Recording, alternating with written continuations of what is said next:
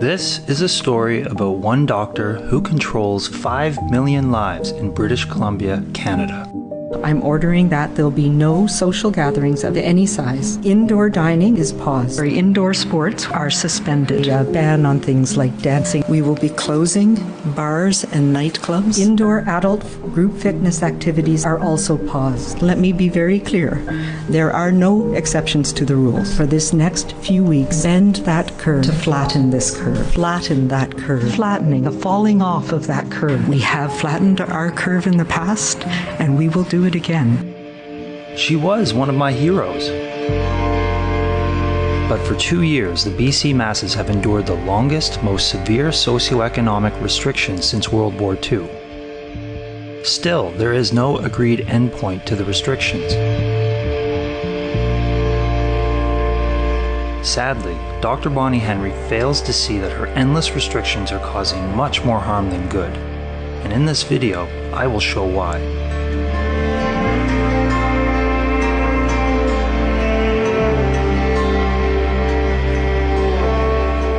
First question today is from Penny Dafflo, CTV. Thank you very much.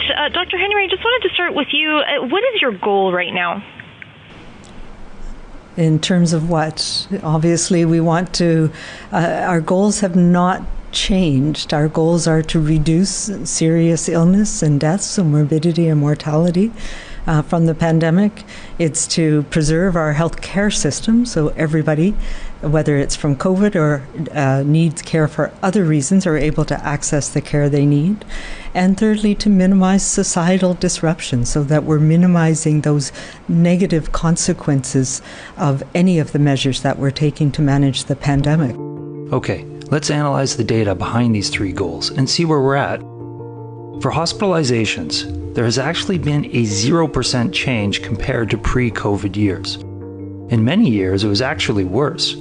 And they admit it right here, 2 years into endless restrictions. 8,778 inpatients in BC hospitals. That's an occupancy rate of 95.1%. Typically, it's more than 100% at this time of year, should be said. No, actually, it has always been worse than 95%. I have this 2017 Freedom of Information document that verifies BC hospitals averaged 103% occupancy from 2011 to 2016. To further corroborate this, I looked at reports about BC healthcare through these years and later, and was shocked to find in 2011, for example, a BC hospital had to commandeer a Tim Hortons to put patients in. And since 2011, every year has stories about hospitals being overwhelmed. And for all these pre-COVID years, the healthcare system did not collapse. It appears the real problem here is chronic mismanagement at the Ministry of Health. Endless restrictions won't solve it. And what about deaths? The median age of death from COVID is 82 years old. COVID is the 8th leading cause of death, causing just under 3%. Overdoses kill far more people. And influenza came in at 9th place just after COVID. Of course, all deaths are bad, but is it proportionate to continually harm all of society endlessly for a 3% increase in death? And finally, her third goal, to minimize social harm. Unfortunately, the data shows that Dr. Henry's restrictions have led to mass trauma, leaving no one unscathed and harming many irreparably. This trauma can be categorized as psycho, socio, econo, and biotrauma. Let's look at the evidence. For psychotrauma, there's been a tripling of suicidal children in the second year of restrictions. Over twice as many children have eating disorders. A doubling of depressed children. In adults, an exponential increase of depression and suicidal thinking. But the most alarming psychotrauma has been mass cognitive dissonance, caused by health officials making definitive claims that turn out false. The worst example was that vaccines prevent transmission. Look how conclusive the scientists are. If you're vaccinated, you really don't need to worry about getting it in a way that's serious or transmitting it. That is true. You're absolutely right. You said it correctly. The risk is extremely low of getting infected, of getting sick, or of transmitting it to anybody else. Full stop. When you are vaccinated, it means that you are less likely to get infected. If you are infected, you shed virus for a shorter period of time, you're less likely to transmit to other people. You're coming at a very good time because people are frightened and they are confused. Because you say, get vaccinated, get boosted, you're protected. That does not appear to be the case. Help us understand what's happening to us. Well, when you're dealing with a virus, a variant like Omicron, we will be seeing breakthrough infections of vaccinated people. That is going to happen.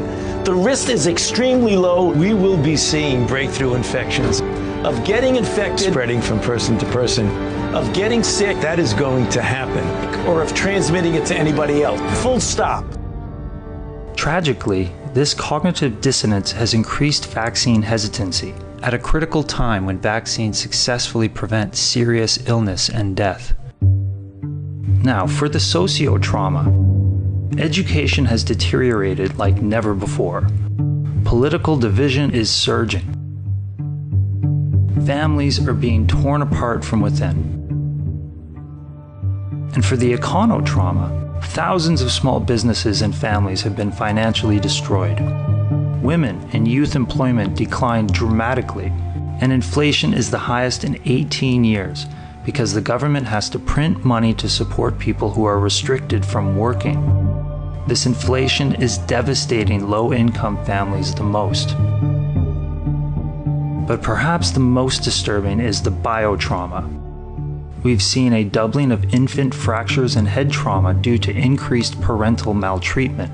Many times, Dr. Henry closed all fitness establishments, which dramatically lowers the population's protection against physical and mental illness. Most shockingly, hundreds of disabled children are suffering because of canceled surgeries, when the hospitals are not even above their average occupancy for the last 10 years. The family says it has been scheduled and canceled 4 times in the last 6 weeks. For a surgery, the 14-year-old from Fort St. John desperately needs to continue his long battle with a condition he has lived with since he was a toddler. I want it as soon as possible. If Devin doesn't get surgery, his curve is so bad, so that's going to push into his lungs. His curve is going to push into his spleen. It's going to push into his ribs. It's going to push into his heart. The evidence is overwhelming and tragic. BC is being mass traumatized by never-ending harmful restrictions. The historical root cause? Gross incompetence at the Ministry of Health. The present root cause? Dr. Henry. No one will ever know her true intent, but I believe she truly and deeply wants the best for BC. She is an incredible scientist and communicator, but she is human, and something deep and subconscious is blinding her. You see, a crisis can give validation and opportunity to the one who solves it. Well, fans of Dr. Bonnie Henry will soon be able to step into her shoes, quite literally.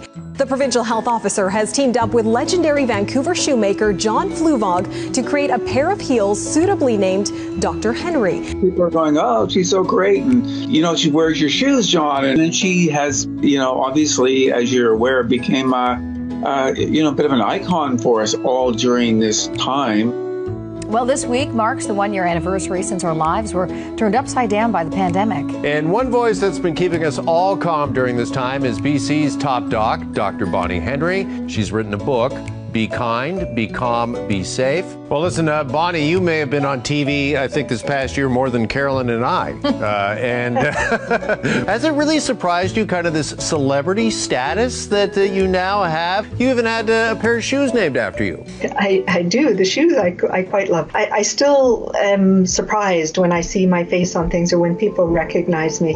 It's not something that I'm used to or even getting used to. Perhaps it is this unexpected validation and opportunity that is blinding her, without her even realizing it. No one will know. And for now, all we can do is wait.